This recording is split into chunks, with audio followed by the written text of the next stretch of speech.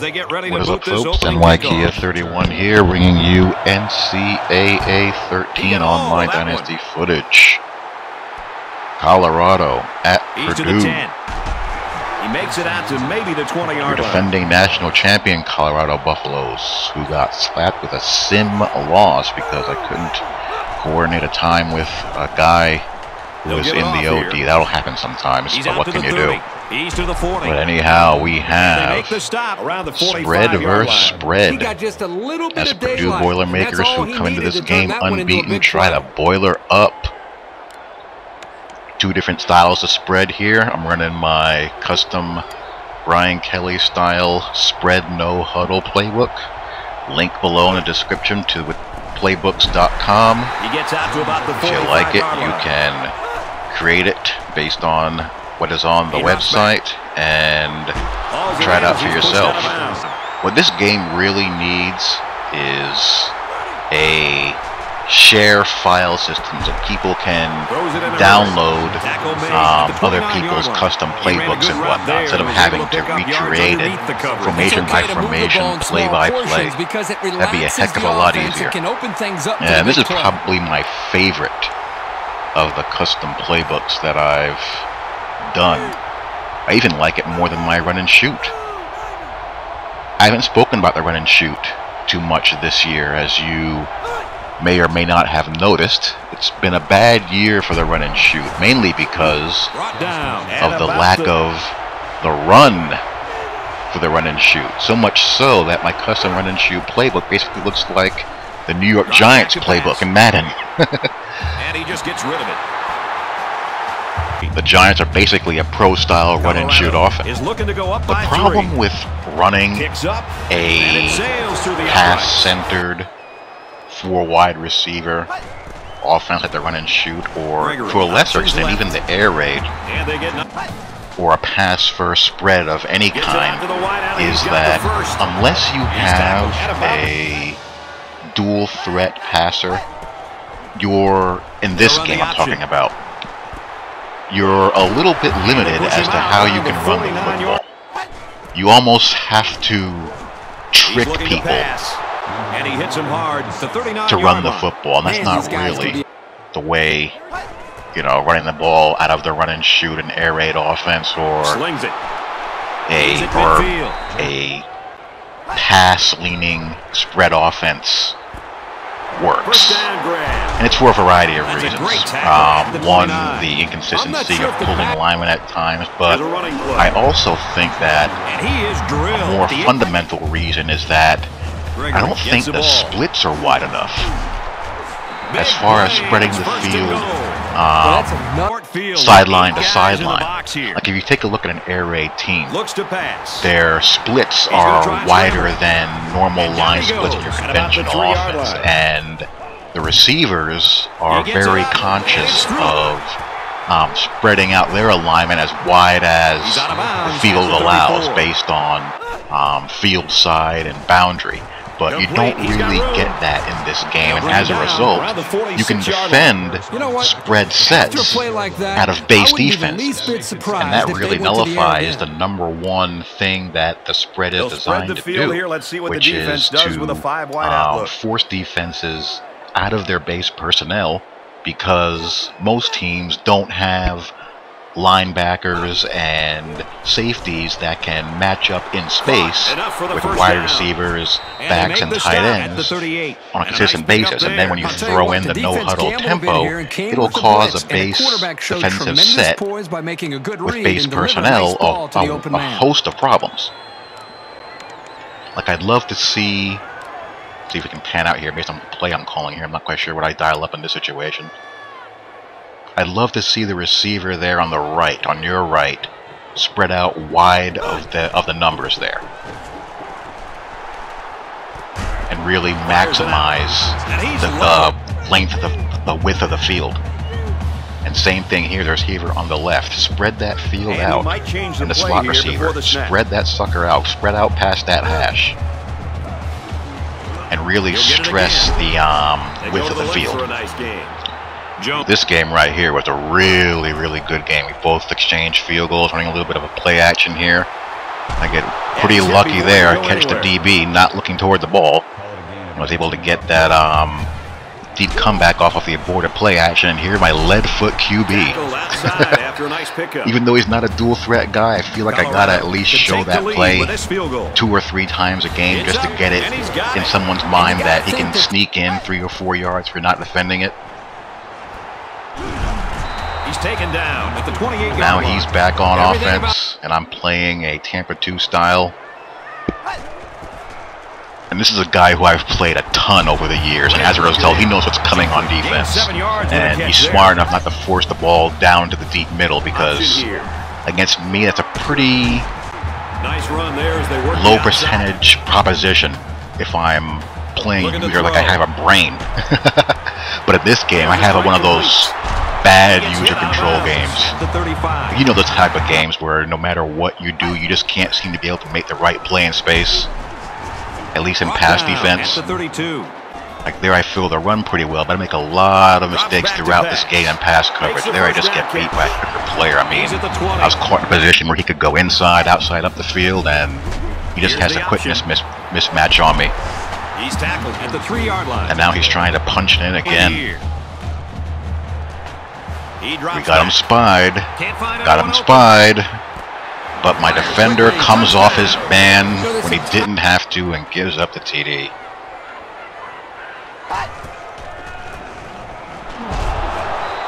Change it up on first down, get a little bit more aggressive.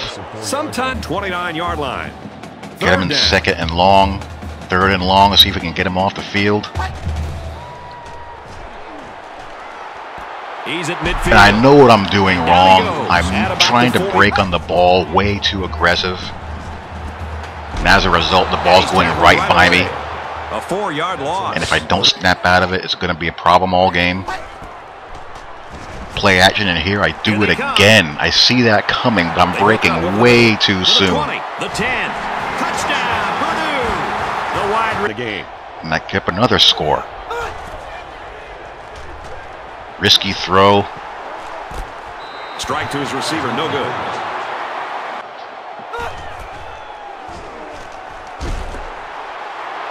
Dialed up the screen, the right situation. This guy's really nice. He's really quick, and he has some nice moves in space.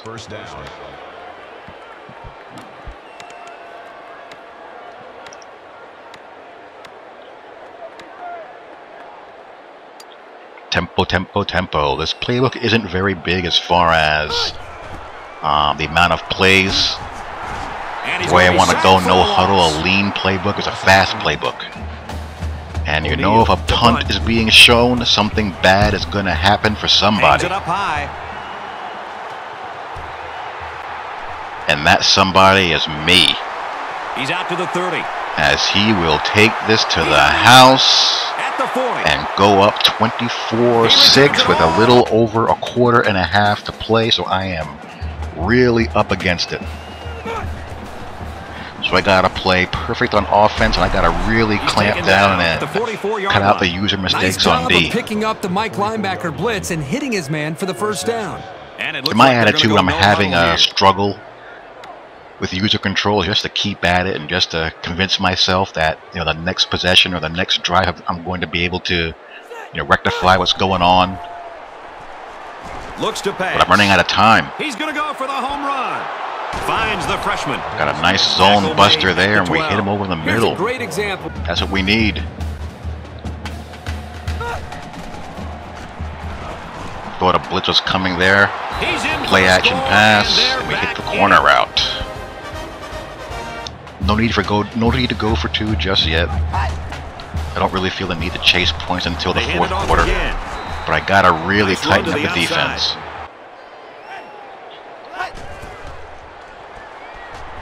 I always get burned when I manually blitz.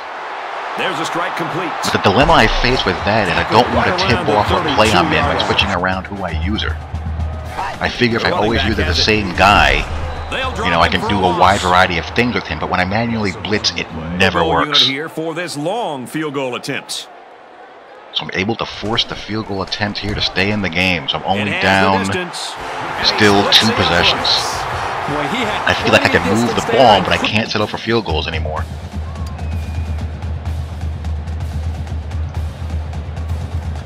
They'll start this drive at the 28-yard line. This is one of my favorite pass concepts. 2 clear out routes, a dig and a curl.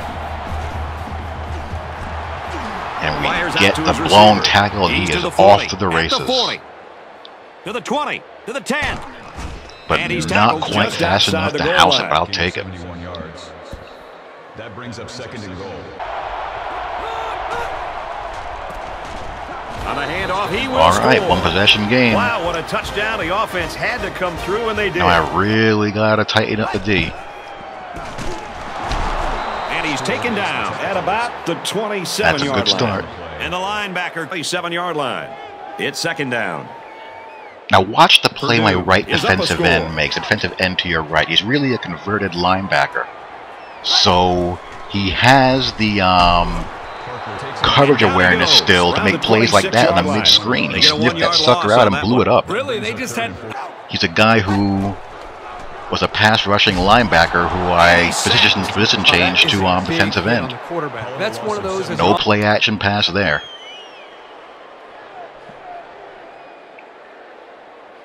So my D does the job, and I have a chance to tie this sucker up. 2nd down. They'll spread the field. Every now and then I can get a bubble screen to actually work, and this is one of those times. Got some space, hit that bubble. They'll bring him down around the 42-yard line. Wish that play was more usable. There are 5 wide receivers split out. The quarterback in the gun. So much more you can do with 5 wide than just verts. If I smell cover 0, we have a foot race to the outside. Great concentration. And we have a tie ball game. And they had a tough time defending that one.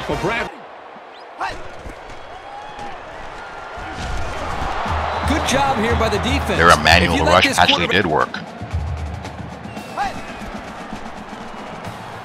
Sniff that screen out. They'll knock him down for a loss.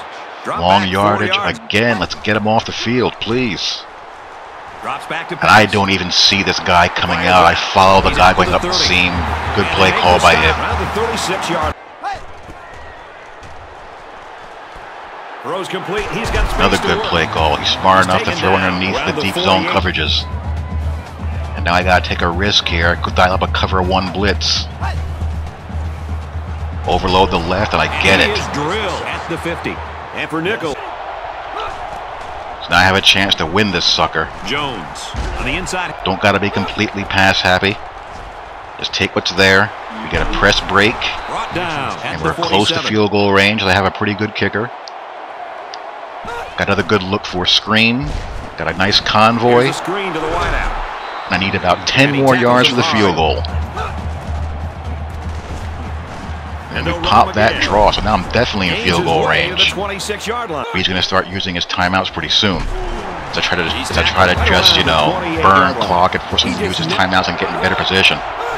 So he's now down to 1 timeout, and I think he lets me score here.